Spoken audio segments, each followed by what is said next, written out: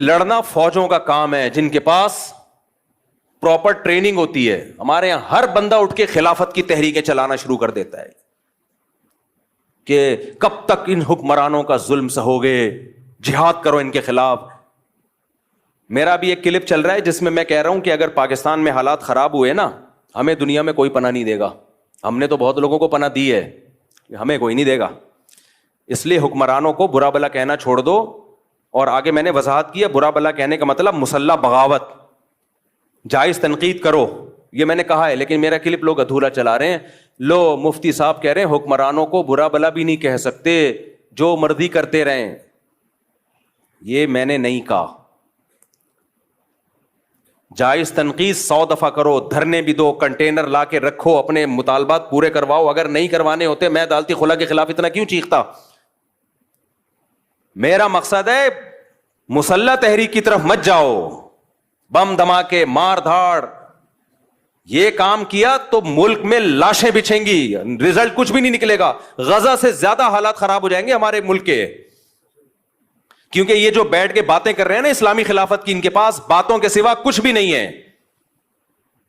خلافت خلافت کا لفظ انہوں نے بدنام کر دیا ہے. ہر 4 دن میں کوئی اٹھتا ہے کہ پاکستان میں خلافت کا نظام لے کے آؤں. تیرے پاس کون سا میکینزم ہے, تیرے پاس کیا اسٹریٹجی ہے, پہلے کیا کرے گا, اس کے بعد کیا کرے گا, پھر لڑے گا کیسے؟ کیونکہ اسی لیے تو آپ کو فوج سے لڑنا پڑے گا, اسلام آباد پہ قبضہ کرنا پڑے گا. کیا کیسے کرے گا؟ کوئی جواب نہیں ہے. یونیورسٹیوں کے لڑکوں کو اور طلبہ کو ایک اندھیری گلی میں بند کر دیا. پھر ہوتا کیا ہے, ایجنسی والے ان کو اٹھاتے ہیں, پھر یہ مسنگ پرسن بنتے ہیں. اور یہ جتنے لیڈر خلافت کے نام پہ یہ دندناتے گھوم رہے ہوتے ہیں, ان کو کچھ بھی نہیں ہوتا. ایجنسیاں ان کو کچھ نہیں کہتی. ایجنسیاں کہتی ہیں ان کی دعوت پہ جتنے لوگ آ رہے ہیں نا ان کو کھڈے لین لگاتے جاؤ, ان کی چمڑیاں ادھیڑی جاتی ہیں. کوئی پوچھنے والا تو ایسے جتنے بھی اسکالرز ہیں نا یونیورسٹیوں میں آج کل, یہ بہت اس طرح کے اسکالرز آ رہے ہیں کہ دیکھو یہ مولوی نظام کے خلاف نہیں کھڑے ہوتے. نظام کے خلاف کھڑے ہونے کا مطلب کیا ہے؟ مطلب پہلے واضح کرو, کیا مطلب کھڑے ہونے کا مطلب؟ اگر تم یہ کہہ رہے ہو توپیں گنے لے کے نکل جائیں, یہ نظام کے خلاف ہم نہیں کھڑے ہوں گے بھائی. اس سے نقصان ہوگا, ملک میں انارکی پھیلے گی, ملک کے ٹکڑے ہوں گے, اور غیر مسلم طاقتوں کے ہاتھ میں یہ کنٹری چلا جائے گا. اس سے بدتر حالات ہو جائیں گے. اور اگر نظام کے خلاف کا مطلب ہی کہ احتجاج کرو, میڈیا پہ دھرنے دے کے 100 دفعہ کرو, کس نے منع کیا بھائی؟ کس نے منع کیا ہے؟ بنگلہ دیش والوں نے کیا نا احتجاج, کامیاب ہوئے وہ, تو کس نے منع کیا آپ کو احتجاج کرنے؟ یہاں تو بات خلافت سے شروع ہو رہی ہے. اور خلیفہ کون ہوگا آج تک نہیں ڈیفائن کر پائے یہ لوگ. وہ خلیفہ ہوتا ہے وہ بیچارہ اس قابل ہی نہیں ہوتا کہ اس کو کوئی عورت اپنا شوہر بنا لے, اور وہ ملک کا خلیفہ بننے نکلا ہوتا ہے. یہ یونیورسٹیوں میں بہت ہو رہا ہے آج کل.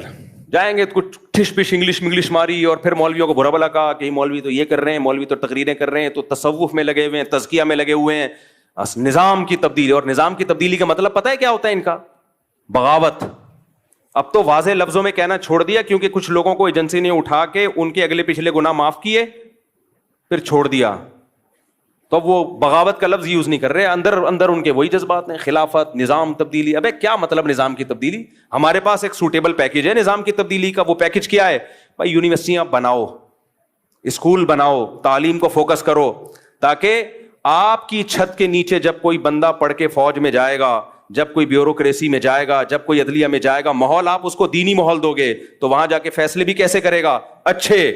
اور اگر آپ ان شعبوں میں نہیں گئے تو پھر یہ تمام اہم ترین شعبے آپ نے اسلام دشمنوں کے لیے چھوڑ دیے ہیں. پھر فوج میں بھی اسلام دشمن لوگ جائیں گے, عدلیہ میں بھی اسلام دشمن لوگ جائیں گے, بیوروکریسی میں بھی اسلام دشمن لوگ جائیں گے. پھر فیصلے آپ کے خلاف ہوں گے اور آپ دھرنے دیتے رہو گے. یہ ایک سوٹیبل طریقہ ہے نظام کی تبدیلی کا. یہ طریقہ نہیں ہے کہ آپ اٹھے اور دھڑم دھڑم کر کے آپ نے اتنے بندے وہاں مار دیے, اتنے بندے وہاں مار دیے. اس سے کچھ بھی حاصل ہونے والا نہیں ہے. اور اگر حاصل ہوا تو آپ کو نہیں ہوگا, ان طاقتوں کو ہوگا جو آپ کو فیور کر رہی ہیں.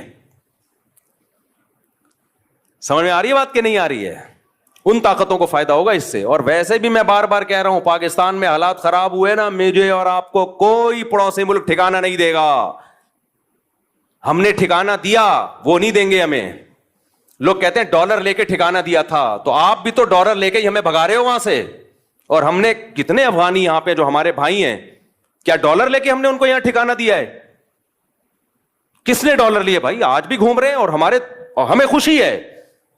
زیرو سے کروڑپتی بن گئے, ان کی جائیدادیں ہیں, پراپرٹیاں ہیں, 100 دفعہ ہمیں خوشی ہوتی ہے اس سے.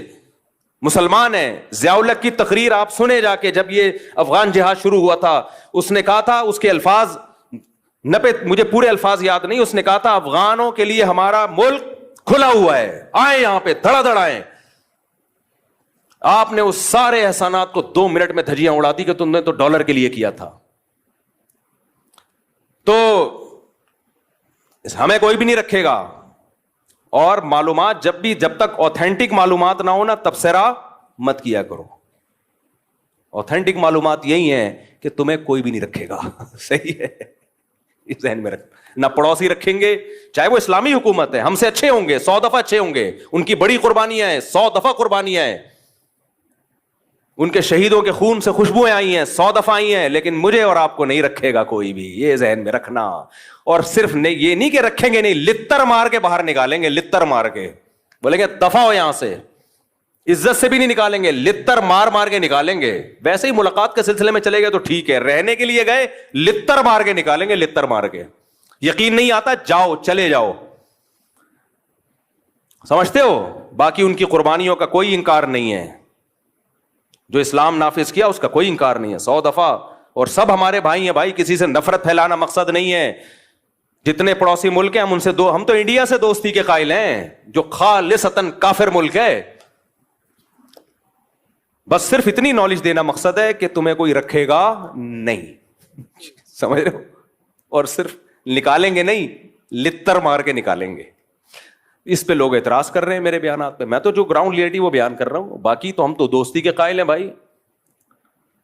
اور جو بھی ہیں پڑوسی ملک کے ہمارے بھائی ہیں, 100 دفعہ آج بھی ہم ان کے لیے قربانی دینے کے لیے تیار ہیں, 100 دفعہ تیار ہیں. اس کو ہم سب سے بڑا جہاد سمجھتے ہیں. لیکن میں یہ بتا رہا ہوں کہ بس جو ظرف آپ کا ہے وہ ساری دنیا کے سب لوگوں کا نہیں ہے, اس لیے اپنے ملک کی حفاظت کرو. آج ہم کسی کو پناہ بھی اس لیے دے رہے ہیں, دے بھی اس لیے رہے ہیں کہ ہمارے پاس ایک کنٹری ہے. نہیں ہوا ختم. بھائی پہلے تو میں آج کے بیان کا ایک ٹاپک مکمل کر دوں. یہ جو میں نے بات کی پڑوسی ملک میں آپ کو لتر لگا کے بھیجیں گے, کچھ لوگ کہتے ہیں ہم نے بھی تو بڑا ظلم کیا, اڈے بڈے دیے ان کے خلاف امریکہ کو. دیکھو وہ ظلم تھا, سب علماء نے اس وقت مخالفت کی تھی, بلکہ فوج میں بھی بہت سے لوگ اس کے مخالف تھے. تو ایک آدمی کی کارروائی تھی, وہ جنرل مشرف کی. یہ زیادتی اس نے کی ہے, اور زیادتی کو زیادتی ہی کہا جائے گا. لیکن اس زیادتی کے ساتھ احسانات بھی تولے جاتے ہیں, خالی زیادتیاں نہیں دیکھی جاتی. اور سب سے بڑی بات یہ ہے کہ جنرل مشرف نے اڈے دیے تھے. کن کو؟ جن کو اڈے دیے انہوں نے تو اندر گھس کے مارا ہے, ظلم کیا ہے. انڈیا نے بھی اور امریکہ نے بھی. ان کے ساتھ آپ دوستیاں بڑھا رہے ہیں. جنہوں نے اندر گھس کے مارا ہے وہ دوست ہیں, اور جنہوں نے اڈے دیے وہ دشمن ہیں, جبکہ ان کے احسانات بھی ہیں. تو اس لیے یہ کسی بیرونی ایجنڈے پہ کام ہو رہا ہے. اور سارے ایک جیسے نہیں ہیں ان میں بھی, یہ بھی بتا دوں میں. بہت سے اچھے لوگ ہیں, بہت سے خاندانی لوگ ہیں جو مسلمانوں سے, خاص طور پہ پاکستانیوں سے محبت کرتے ہیں. لیکن ایک مخصوص طبقہ ہے جو اس وقت پاکستان کی نفرت اس کے دل میں جنم ہے, اور وہ نہ اپنے ہم زبانوں کو دیکھتا ہے. ان کا جو سلوک سندھ والوں کے ساتھ, بلوچ والوں کے ساتھ, وہی سلوک پشتون آبادی کے ساتھ بھی ہے. وہ یہ بھی نہیں دیکھتے کہ ہمارے ہم زبان ہیں, نہ, بس ان کی نظر میں پاکستانی ہونا جرم ہے. تو یہ خبریں ہیں, یہ نیوز ہیں, یہ ہوائی باتیں نہیں ہیں. تو اس لیے میرا مقصد کسی ملک کو اچھا یا برا کہنا نہیں ہے, ہم سے اچھا ہی ہوں گے. میرا مقصد آپ کے دل میں آپ کے ملک کی قدر ڈالنا ہے, کہ اپنے ملک کی قدر کرو. اگر یہ گیا نا تو ہمیں نہیں کوئی ٹھکانہ دے گا, بس یہ بتانا مقصد ہے. باقی کون اچھا کون برا, سب ہمارے بھائی ہیں, سب دینی بھائی ہیں, بہت غیرت مند لوگ ہیں, بہت بڑی قربانی ہے ان کی. لیکن بس آپ میرا مقصد کسی قوم کی برائی یا اچھائی نہیں ہے. اچھے برے ہر قوم میں ہوتے ہیں, اچھے بھی ہوتے ہیں برے بھی ہوتے ہیں. ہم میں بھی بہت سے اچھے بھی ہیں برے بھی ہیں. میرا مقصد صرف آپ کے دل میں آپ کے ملک کی قدر ڈالنی ہے, کہ اگر آپ کے ملک کو کچھ ہوا تو میرے بھائی پڑوسی آپ کو ٹھکانہ نہیں دے گا. بس یہ بتا دوں میں.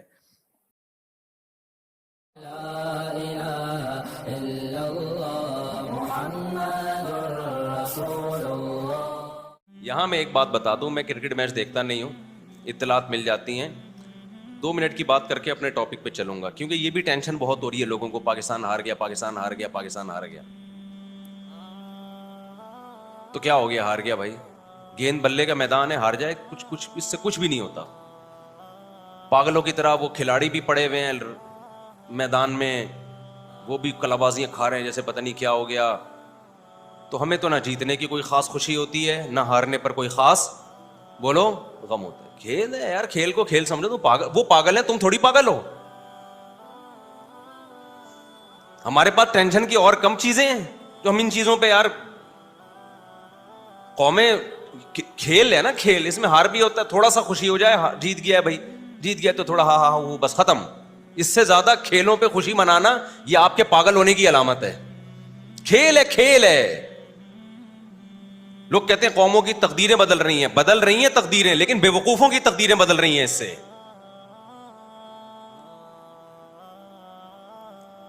جب بے وقوفوں نے اس کو اتنی ویلیو دے دی ہے نا, بے وقوف لوگوں نے, تو ان کی تقدیریں یقیناً بدلیں گی اس سے. لیکن عقل مندوں کی صحت پہ اس سے کوئی فرق بولو نہیں پڑتا.